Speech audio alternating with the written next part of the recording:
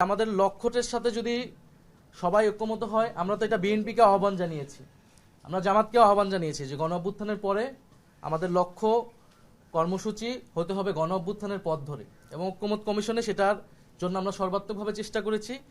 আগামী নির্বাচনে আমরা চাই গণভোটের পক্ষে, হ্যাঁ পক্ষে আমরা সবাই মিলে কাজ করব, এবং জুলাই সনদে আমরা যে প্রতিশ্রুতি দিয়েছি সেই প্রতিশ্রুতি বাস্তবায়ন করব। এছাড়াও আমাদের পুরো সংস্কারের এবং দুর্নীতি বিরোধী যে লড়াই শুরু হয়েছে সেটার অগ্রযাত্রা অব্যাহত থাকবে।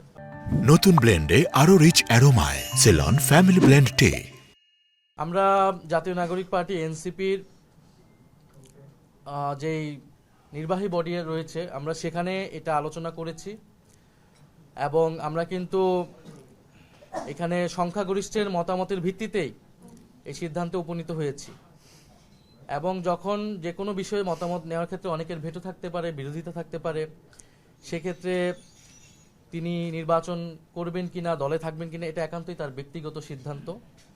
আমরা মনে করি যে আমরা সারা বাংলাদেশ থেকে জাতীয় নাগরিক পার্টির যারা নেতাকর্মী রয়েছেন, জাতীয় নাগরিক পার্টি এনসিপি সহযোগী সংগঠন এবং তার কেন্দ্রীয় কমিটি সবাই এই সিদ্ধান্তের সাথে ঐক্যমত রয়েছে। স্বতন্ত্র কে করছে বা সেই অনুযায়ী তো আমরা এই আসন বা প্রার্থী ঠিক করব না। আমরা আমাদের যে লক্ষ্য উদ্দেশ্য, সেই লক্ষ্য উদ্দেশ্যে যারা ঐক্যমত এবং যারা নির্বাচনে জয়লাভের সম্ভাবনা বেশি থাকবে, মাঠে কাজ করেছে এতদিন, প্রার্থী হিসেবে জনগণের কাছে তারা নিজেদেরকে গ্রহণযোগ্য হিসেবে পরিচিতি লাভ করাতে পেরেছে, আমরা তাদের মধ্যে থেকে আমাদের যারা সর্বোচ্চ, যারা ভালো, তাদেরকে আমরা প্রার্থিতা দিব।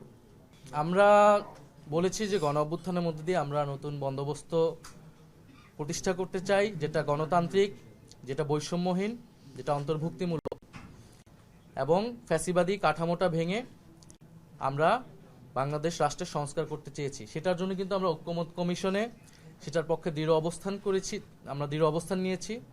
আমরা কিন্তু এটা অনেক আগেই বলেছি, স্বীকার করেছি যে আমরা গণ অভ্যুত্থানের পরবর্তী সময় আমাদের যে আকাঙ্ক্ষা ছিল সামগ্রিকভাবে সেটা কিন্তু আমরা এই সময়ের মধ্যে বাস্তবায়ন করতে পারিনি।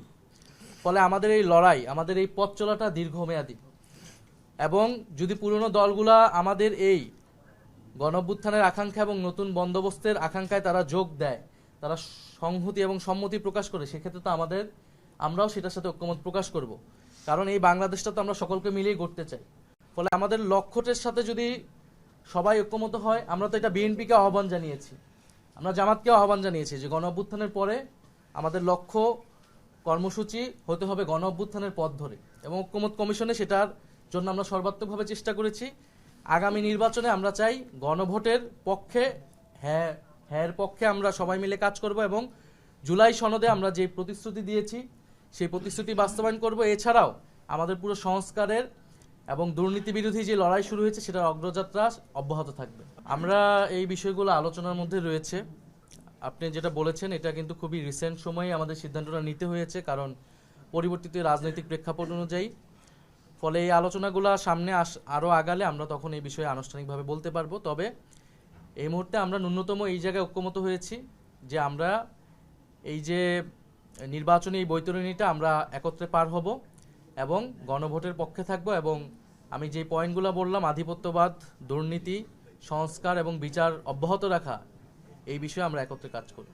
এনসিপি তার অবস্থানেই আছে, এবং এনসিপির সাথে আমরা একটা বৃহত্তর ঐক্য করেছি বাংলাদেশের বর্তমান প্রেক্ষাপট অনুযায়ী, এবং যেটা মূলত নির্বাচনকে কেন্দ্র করে।